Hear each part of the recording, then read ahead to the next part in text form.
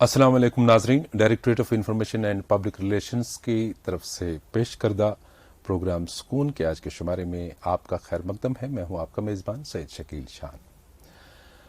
आज हमारी मेहमान एक नन्ही सी मेहमान है, ये हैं अस्मा भट्ट, और अस्मा के एक दो मशगले हैं, इनसे बात करेंगे। अस्मा, आपका बहुत बहुत शुक्रिया। जी शुक्रिया। आप यहाँ आ गई आज हमारे प्रोग्राम में हैं। Thank you.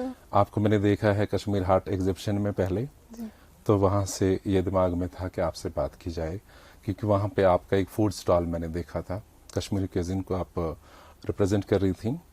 तो दूसरा शौक आपका है जर्नलिज्म का। शौक तो नहीं कह सकते, वो एक जुनून है आपका, है। यंगेस्ट जर्नलिस्ट आप हैं हमारे कश्मीर के। तो कैसे मन में आया है कि मैं एक जर्नलिस्ट बनूं?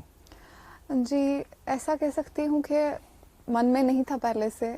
मैंने लास्ट ईयर ही मेरा 12th का एग्ज़ाम क्वालिफाई किया, तो उसके बाद शो कुछ और करने का था, क्योंकि उससे पहले मैंने जो है फूड स्टॉल्स का काम शुरू किया था। बहुत अच्छा रिस्पॉन्ड मिला लोगों से, बहुत अच्छे से काम। तो पहले फूड स्टॉल्स के हवाले से ही बात करते हैं, बाद में जर्नलिज्म की तरफ आते हैं। जी, ठीक है ना।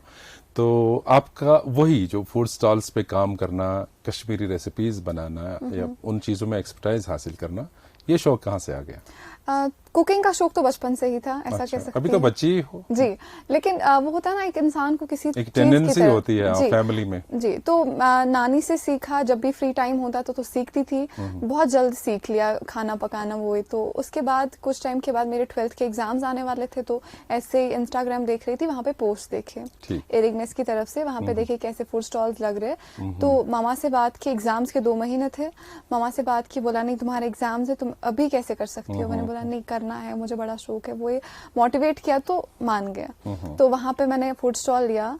आज से पहले 1 साल की बात करी हूँ, तो मैंने फूड स्टॉल लिया, मैं फूड स्टॉल लगाया, वहाँ पे कश्मीर को ही रिप्रेजेंट किया, क्योंकि मेनली जो था मेरा फोकस था कश्मीरी चीजें बनाने का। तो बहुत अच्छा रिस्पॉन्ड मिला मुझे वहाँ से, बहुत खुश भी हो गई जब पेरेंट्स ने भी देखा हाँ अच्छा कर रही है, बनाना आ गया। फिर लोगों का भी काफी अच्छा रिस्पॉन्ड मिला। वैसे फिर जर्नी स्टार्ट हो गई। उसके बाद मेरे 12वीं के एग्जाम थे, मैंने एग्जाम दिए, तो सब ने मुझे बताया नहीं तुम फूड में ही आगे जाओ, तुम इसी में हॉस्पिटैलिटी में करो, होटल मैनेजमेंट में करो। मैंने सोचा हाँ ठीक है, ज्यादा कुछ नहीं पता था मुझे। उसके बाद एक बार हमारे कश्मीर में ही है ये होटल मैनेजमेंट का ये स्कूल, तो मैं वहाँ चली गई। मैंने बात की वहाँ पे, मैंने बताया ऐसे मैं ऐसे करना चाहती हूँ। बोला हाँ ऐसे बीएससी होता है 3 साल का, तो आप कर सकते हैं। मैंने बोला हाँ, तो क्योंकि मैं एक मिडिल क्लास फैमिली से बिलोंग करती हूँ, जब मैंने पूछा ऐसे कितना लगता है वो ये पैसे कितने बने, तो उन्हें बताया नहीं 8 से लेकर 10 लाख तक आपकी जो है डिग्री कंप्लीट हो जाएगी। तो मेरे दिमाग में आया नहीं, इतना तो मैं नहीं कर सकती हूँ, तो मैं क्या करूँ। मैं सोचने बैठ गई। मुझे माँ ने बोला क्या करना है। मैंने बोला हम उठते हैं, हम देखते हैं कुछ और। मैं घर गई, तो घर की तरफ गई, लेकिन मेरा रिजल्ट नहीं आया था। अच्छा, उसके बाद जी अल्हम्दुलिल्लाह, फिर उसके बाद मेरा रिजल्ट आया, मेरे अच्छे खासे मार्क्स थे। मैं फिर से वहाँ गई, उन्हें मैंने बताया ऐसे मेरे अच्छे मार्क्स। उन्होंने बताया हाँ मेरिट बेसिस पे तो आपको स्कॉलरशिप मिल सकती है, लेकिन उतनी भी नहीं मिल सकती है। बोला ठीक है। फिर मैंने अपनी जगह सोचा नहीं ऐसा तो नहीं करना है, इस पे मैं अफोर्ड नहीं कर सकती, तो मुझे नहीं जाना है वहाँ की तरह, मुझे कुछ और करना है। फिर फैमिली ने बताया, लेकिन असल में एक चीज था कि बचपन से मैं बातें बहुत करती थी। तो मेरी फैमिली महसूस हो रहा है। तो बचपन से मतलब फैमिली को ऐसे वो मतलब एंटरटेनमेंट करती थी, वैसा चीज तो बचपन से ही होता था। फिर मेरे घर वालों ने मुझे बताया तुम इस फील्ड की तरह जाओ, तुम जर्नलिज्म करो, वो तुम्हारे लिए बहुत बेहतर रहेगा, तुम चुप नहीं बैठ सकती, ये तुम्हारे लिए सूट हो जाएगा। मैंने बोला तो आम लोगों में, हम जैसे लोगों का यही है कि जर्नलिस्ट ज्यादा बातें करता है? नहीं, वैसा कुछ नहीं है, लेकिन अब होता ना इंसान को, मतलब मैं ऐसी फील्ड में जाती जहाँ मैं बात नहीं कर पाती, और मेरे बात करनी भी पड़ती है। जी, अगर आप किसी लोकेशन पर कोई इंसिडेंट आप कवर करती हैं, तो वहाँ आपको कंटिन्यूअसली है ना, स्पॉन्टेनियस बोलना है ना कि क्या हो रहा है, पूरा एक ब्यौरा देना होता है अपने व्यूअर्स को। तो ये अच्छी बात है। ये तो एक लाइटर मूड में मैंने कहा कि आम लोगों के जहन में ये होता है, लेकिन जर्नलिस्ट वाकई बहुत अच्छा बोलते हैं और तेज बोलते हैं। ठीक है, वो आपसे भी महसूस हो रहा है हमें। तो आप फिर आपका ये जहन में बन गया कि आप जर्नलिज्म की तरफ आए, तो उसमें क्या किया आपने शुरू? तो उसके बाद मैंने शुरू किया, तो मैंने एंट्रेंस दे दिया, तो फिर मैंने जर्नलिज्म में एडमिशन कर लिया। अभी मेरा पहला ही साल है। फिर उसके बाद मेरे बाबा के फ्रेंड थे, मैं उनके पास गई, वो जर्नलिस्ट थे, मैंने उनसे थोड़ी बहुत नॉलेज ले ली। लेकिन मेरा ऐसा था कि कोई मतलब ऐसा सोचता डिग्री कंप्लीट करेगा उसके बाद फील्ड में आएगा, लेकिन मैं बता रही थी नहीं, मुझे डिग्री कंप्लीट करने से पहले ही फील्ड में। बहुत अच्छी बात है माशाल्लाह, क्योंकि ये एक ऐसा फील्ड है जहाँ पे इंसान को मतलब इस ट्रेनिंग के दौरान या स्टडीज के दौरान भी प्रैक्टिकली ग्राउंड पे काम करना चाहिए, जी। तब जाके वो, क्योंकि थ्योरेटिकली जर्नलिज्म में बहुत पढ़ाया जाता है, जब आप ग्राउंड पे आ जाते हो तो चीजें डिफरेंट नजर आती है ना। सही बात है। तो ये बहुत ही अच्छी बात है, आपने अच्छा कदम उठाया कि पहले ही शुरुआत आपने की, ड्यूरिंग स्टडीज ही आपने थोड़ा सा प्रैक्टिकली फील्ड में देखना चाहा कि क्या होता है, किस तरह का होता है। तो अभी तक 1 साल का कुल मिला के शायद जी। एक्सपीरियंस होगा, तो कैसा रहा ये? अल्हम्दुलिल्लाह बहुत अच्छा रहा। मैंने 1-2 जगह पे पहले इंटर्नशिप के लिए की, अभी मैं काम कर रही हूँ द कश्मीर वाला के साथ, लीडिंग कश्मीर का मैगजीन है, वहाँ पे काम कर रही हूँ। अल्हम्दुलिल्लाह मुझे बहुत अच्छा लग रहा है। उसके बावजूद भी मैं अभी भी जहाँ पे फूड स्टॉल लगते हैं मैं जाती हूँ, वहाँ फूड स्टॉल्स भी लगाती हूँ, कश्मीर को भी रिप्रेजेंट करती हूँ। अभी अल्हम्दुलिल्लाह अच्छा जा रहा है सब। तो कैसे मैनेज होता है ये सारा टाइम? अगर फॉर एग्जांपल यहाँ पे एक तरफ से एग्जिबिशन लगा, जी। आपका फूड स्टॉल लगाने का वहाँ पे बात हुई है, दूसरी बात यहाँ पे कोई इंसिडेंट आपको कवर करना है, या कश्मीर वाला जिस ग्रुप के साथ आप ताल्लुक रखती हैं वहां से कोई असाइनमेंट आपका मिला, जी। तो कैसे मैनेज होता है ये? मैनेज तो हो जाएगा। अभी ऐसा कोई नहीं आया है कि मुझे दोनों चीजें एक ही टाइम पे है, लेकिन आ भी सकता है। हाँ, आ भी सकता है, लेकिन अल्लाह से दुआ करूंगी कि मैनेज हो पाए, क्योंकि वो दोनों चीजों को मैनेज करना है, क्योंकि दोनों में मेरा वो है ना, वो मतलब दिल से काम करती है जी। तो वो दोनों मैनेज हो जाए इंशाल्लाह, वही अल्लाह से चाहती हूँ। चलिए, बहुत अच्छी बात है। जर्नलिज्म की तरफ ही अभी हम रुख करेंगे। आपको क्या लगता है कि आगे जो आपका डिग्री कंप्लीट हो जाएगी तो फिर जर्नलिज्म को ही आप अपना करियर बनाएंगे? जी इंशाल्लाह, वो भी चाहती हूँ कि मतलब जर्नलिज्म को आगे से करियर बनाऊं, लेकिन जो फूड स्टॉल्स लगाती हूँ चाहती हूँ कि अगर मुझे अच्छा एक उसके बावजूद भी एक अच्छा रिस्पॉन्ड मिलता है लोगों से, तो इंशाल्लाह ऐसा हो सकता है कि कुछ टाइम के बाद मैं अपना कैफे खोलूं। सही बात है जी। यानी दोनों शौक ऐसे जुनून की हद तक हैं, ना उसको छोड़े ना इसको छोड़े। ना इसको छोड़े, सही बात। तो जब मैंने आपको एग्जीबिशन में देखा, एक मासूम सी एक छोटी सी लड़की एक स्टॉल पे बहुत अच्छे से मैनेज कर रही है, और कस्टमर्स को भी इतने प्यारे अंदाज में हैंडल करना, खासकर लेडीज बहुत और फैमिलीज वहां पे आया करती थी उन दिनों, तो एक अच्छा रिस्पॉन्स मिला। क्या खिलाती थी बना के उनको आप? असल में मैंने स्टार्ट अपने कहवा से किया है, क्योंकि कश्मीर का कश्मीरी रवायती कहवा वो मैंने स्टार्ट किया, लेकिन समावार में क्योंकि पुराने ट्रेडिशन में मुझे दिखाना था, तो कश्मीरी कहवा और उसके साथ रोट, जो पहले कश्मीर में रोट का तो वो एक चलन सा जो खत्म सा हो गया था। जी। तो वो मैंने शायद वहीं देखा जब इनॉग्रल सेरेमनी पे आपने मेयर, हमारे ऑनरेबल मेयर थे वहाँ, उनको भी शायद खिलाया था आपने। और क्या क्या चीजें बनाई? और उसके बावजूद मैं अभी भी जाती हूँ वाजाज के पास, मैं जाती हूँ, सीखती हूँ, मैं कुछ वाजवान से कुछ रेसिपी सीखूं। अल्हम्दुलिल्लाह सीखी भी है, वो जो है वो बनाती हूँ। उसके बावजूद हमारी कश्मीर की एक चीज है मशेद आलम, जिसे बोलते हैं कश्मीर में, पंपकिन की चटनी, वो मैं बनाती थी। उसके बावजूद भी बहुत सारी चीजें जो कश्मीर की है, बसरक या वाजवान में कोई चीज है, कबाब, रिश्ता, लाइक तबख माज, वो सब मैं बनाती हूँ। अभी भी सीखना है बहुत कुछ। पुलाव बना लेती हूँ, और वहां पे भी मैंने स्टॉल पे ये सब चीजें लगाई थी, और अल्हम्दुलिल्लाह मुझे बहुत अच्छा रिस्पॉन्ड मिला। बड़ी बात होती है, छोटे छोटे हाथों से आप इतना कुछ करती हैं, बहुत बड़ी बात है। और खास करके जो हमारा ट्रेडिशनल हमारा वाजवान है, ये एक बादशाह माना जाता है खानों में। हम ये समझ सकते हैं, क्योंकि दुनिया भर के लोग जब आ जाते हैं कश्मीर, तो पहले ही उनकी इंटरेस्ट ये रहती है कि हम वाजवान खाएं, है ना। तो आपने, हम भी ट्राई करते हैं, मेरा भी कुकिंग का बड़ा शौक है, लेकिन आज तक वो वाजवान वाला फ्लेवर नहीं आया। तो ये सीखने वाली बात है। आपका शौक देख के ये लगता है कि अनकरीब आप एक बहुत अच्छी शेफ बनोगी, और आप एक नाम बनाओगी इसमें भी, जर्नलिज्म के साथ साथ। तो आगे आपको क्या लगता है कि जो हमारा ये रवायती जो खान पान हमारा था, माशाल्लाह वाजवान तो जिंदा है, रहने वाली चीज है, क्योंकि हम यहाँ पे गोश्त खाने वाले लोग हैं, पसंद करने वाले लोग हैं, और कोई बाहर से आता वो भी ये चीजें पसंद करता है, ये तो चलेगा ही चलेगा। इसमें एड ऑन की कोई गुंजाइश ऐसी, या कोई ऐसी चीजें जो हमारी रवायती चीजें थी, जैसे हॉक्सिन हमारे होते थे, सूखी सब्जियां वगैरह, उस तरफ। तो मैं चाहता हूं कि जो हमारे यंगस्टर्स, आप जैसे होनहार ऐसे लोग हों जो फूड स्टॉल्स पे शोकेस करें ऐसी चीजें। क्या आपकी फ्यूचर प्लानिंग ऐसी है कि जो हमारी रवायती चीजें जो डिमिनिश कहीं पे हुई हैं हमारे माशरे में इस वक्त, उनको रिवाइव करने की जरूरत है? जी सही बात है।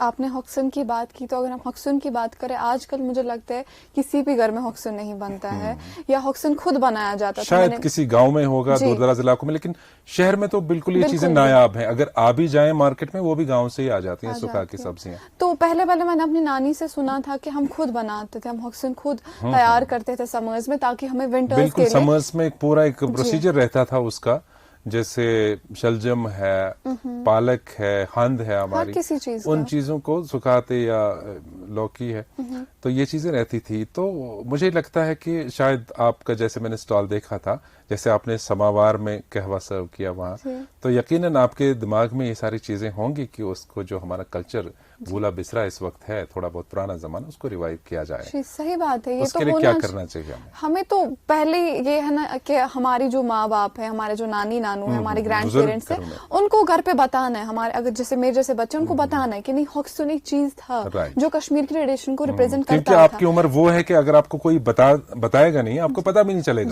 कि ये हमारी तहजीब का, हमारी सकाफत का, तमद्दुन का एक हिस्सा था। जी, कहीं ना कहीं हम बोलने में हिचकिचाते, अगर हम बताएंगे हॉक्सन तो क्या थोड़ा वैसी बात नहीं, हमारा ट्रेडिशन है, हमें दिखाना चाहिए लोगों को, क्योंकि हॉक्सन यहाँ से बाहर भी जाता है, फॉरेन कंट्रीज में जाता है, उसके बावजूद हमें दिखाना है, या हमारे ग्रैंड पेरेंट्स उनको बताना है। बहुत सारी सब्जियां ऐसी हैं, सूखी सब्जियां, जिनकी मेडिसिनल वैल्यूज भी होती हैं। जी, सही तो बात ये बहुत सारा मतलब एक ट्रेजर है हमारा यहाँ पे कश्मीर में, जिसको रिवाइव करने की जरूरत है। मेरे लिए हमारे घर वालों पे होता है कि अगर हमारे घर वाले, हमारे बड़े हमें बताएंगे नहीं बेटा ऐसा है, ऐसे है, तो हमारे जहन में भी आएगा। अब जब वो नहीं बताते हैं, तो बच्चे को पता है कि नहीं, ऐसा सब कुछ नहीं है हमारे साथ। यानी कि जो हमारा माजी है, जो हमारा पास्ट है, उसको रिवाइव करने के लिए हमारे बड़े बुजुर्ग, जो हमारे पेरेंट्स हैं घरों में, या बड़े बुजुर्ग रहते हैं, या हमारे रिश्तेदार, जानने पहचानने वाले लोग, उनको इनकलकेट करने के लिए, ये चीजें इम्पार्ट करने के लिए यंगर जनरेशन को, उनको बोलना चाहिए, बताना चाहिए। ऐसी बातें घर में, ऐसे सेशंस होने चाहिए जहाँ पे छोटे बच्चों के साथ मिल बैठ के हम पुरानी बातें करें, है ना, माजी की बातें करें। तो क्या लगता है आपको कि इस दायरे से निकल के, हम कुकरी और दिस जर्नलिज्म से निकल के, एक नौजवान बच्ची, एक एंथुजियास्टिक, एक जज्बात भरी, जिसको लगता है कि जिंदगी बहुत खूबसूरत है, इसको खूबसूरती के अंदाज से ही जीना चाहिए, क्या लगता है आपको कि कितना डिरेल हुआ है ये प्रोसेस सोशल मीडिया, इंटरनेट की वजह से, जो कोविड की सूरत हाल पिछले 2-3 सालों से हम इसके साथ जूझ रहे हैं? एक गैप सा नहीं लगता आपको कि आ गया है पेरेंट्स और बच्चों के दरमियान? जी, सही बात है। अगर मैं बात करूं, मेन जो है हमारा फोन, हर किसी बच्चे की बात करें तो फोन हर किसी बच्चे के हाथ में होता है, और वो उस वजह से हो गया कि ऑनलाइन क्लासेस होती है। तो ऑनलाइन क्लासेस पे बच्चा फोन लेके बैठ जाता है, फिर माँ बाप को नहीं पता होता है कि बच्चा फोन पे क्या करे। बिल्कुल, क्लासेस कब तक इसने अटेंड की, और क्लासेस के बाद वो क्या दिखता है। तो मेरा भी सीन है, मैं अपना बताऊंगी, अपना एक्सपीरियंस। मेरे पास 12th तक फोन नहीं था, मैं 12th के बाद फोन लिया है। तो हमारे घर पे एक ऐसा सीन है, हमें बोलता है कि पेरेंट्स के साथ टाइम स्पेंड करो, आपको कुछ सीखने को मिलेगा। लेकिन आज की बात करें, आज के बच्चों में ऐसा कुछ चीज नहीं है, वो अकेले ही बैठना पसंद करते हैं। तो मेरी रिक्वेस्ट है बच्चों से, वो माँ बाप के पास टाइम स्पेंड करे, वो अपने ग्रैंड पेरेंट्स के पास टाइम स्पेंड करे, क्योंकि फोन के लिए हम मतलब अलग सा टाइम निकाल सकते हैं जब हमें फोन इस्तेमाल करना है। लेकिन मेनली जो हमारे छोटे छोटे बच्चों के पास फोन है, तो वो सब कुछ फोन से देख लेते हैं, जो उनके माइंड सेट जो है खराब कर देता है। क्योंकि पबजी है, ऐसी सारी गेम्स है, या यूट्यूब है, यूट्यूब पे सब दिखता है। तो वो जो है हमारे बच्चों को एक कह सकते हैं ना, वो दिमाग में कुछ कीड़ा डालता है। तो वो हमारा एक मेन प्रॉब्लम है कि बच्चा अकेले बैठना। और दूसरी बात है अस्मा, जब स्टडीज की बात करते हैं, तब एक क्यूरियोसिटी रहती थी, पहले बुक्स को खोल के आंसर निकालना है। ये आपने भी देखा होगा, उसका एक अलग लुत्फ है, एक मजा है किताब पढ़ने का है। और आजकल हम देखते हैं ऑनलाइन एग्जाम्स होते हैं, 2 फोन शायद, या लैपटॉप या फोन सामने होता है बच्चे के, एक पर वो गूगल अंकल से पूछता है आंसर्स, दूसरी तरफ वो यहाँ से लिख के सबमिट कर देता है। तो मुझे लगता है कि ये जो एक्सरसाइज है इस वक्त प्रिवेल हो रही है, तो ये कहीं ना कहीं हमारे समाज को खोखला कर देगी। तो जो एक कन्वेंशनल, हमारा एक ट्रेडिशनल तरीका था, ट्रेडिशनल क्या कहें कि ये एक अमलन, एक ऐसा अमल है कि जिससे इंसान सीख सकता है, वो किताब ही हो सकती है। हाँ, इंटरनेट के बहुत सारे फायदे हैं अगर उस तरीके से इस्तेमाल किया जाए, लेकिन शायद वो टेंडर एज में जब हम बच्चों को फोन देते हैं, शायद उसमें नहीं देना चाहिए, उससे एतराज करना चाहिए। सही बात है। तो आपकी जो एक्सपीरियंस ओवरऑल अभी तक, माशाल्लाह कितनी होगी, बहुत ही छोटी है अभी, तो अगर अस्मा से हम ये बात पहुंचाना चाहें अपने बच्चों तक, जो आपके हम उम्र हैं, आपसे छोटे हैं, कि फोन्स के साथ ठीक है आप ऑनलाइन क्लासेस देते हैं, पेरेंट्स और बुजुर्गों के साथ भी अपना, लेकिन ये दोनों पर नहीं लगता आपको फर्ज आयद होता है कि पेरेंट्स को भी अपने फोन्स को शायद घर में शाम को एक स्पेयर टाइम उनको रेस्ट देना चाहिए और अपने बच्चों को सामने लाना चाहिए? सही बात है। हम पेरेंट्स का भी बताएं तो एक ही साइड से ये गैप मिलती नहीं है, क्योंकि हमारे पेरेंट्स भी काफी ऐसे पेरेंट्स हैं जो वर्किंग होते हैं, उनको बच्चों की तरह बिल्कुल भी तवज्जो नहीं होता है कि बच्चा क्या कर रहा है या बच्चे को क्या बोलना है। तो वैसे सब चीजें भी है, हमारे पेरेंट्स को भी चाहिए अपने बच्चों के साथ टाइम क्योंकि आजकल जो हम देखते हैं ना कि माँ बाप अलग दो फोन्स पे होते हैं, दो बच्चे अगर हों घर में, एक बच्चा वो भी अलग फोन पे है, तो किसी को किसी के साथ इंटरेक्ट करने के लिए फुर्सत नहीं मिलती है। ये भी एक बहुत बड़ा गैप होता है अपने रिश्तों में दरार डालने का। जी जी बिल्कुल सही। तो माशाल्लाह आप जर्नलिज्म की तरफ भी शौक रखती हैं और ये जो है आप रिप्रेजेंट करते कश्मीर क्यूजिन को भी, तो मैं चाहूँगा यही कि अल्लाह आपके इन दोनों शौकों को परवान चढ़ाए और आप एक इंस्पिरेशन, एक तखलीकी तहरीक बने अपने हम उम्र नौजवान साथियों के लिए जो इस फील्ड में आना चाहते हैं और अपने कल्चर, अपने तमद्दुन, अपनी सकाफत, अपनी विरासत को जिंदा जावेद रखना चाहते हैं, उनके लिए आप एक मशाल राह बने। आप आज हमारे प्रोग्राम की जीनत बनी, बहुत बहुत शुक्रिया। छोटी सी मेहमान रही आप हमारी, बहुत शुक्रिया। दीजिए आप आज के शुभारिश से अपने मेजबान और मेहमान को इजाजत। खुदा हाफिज।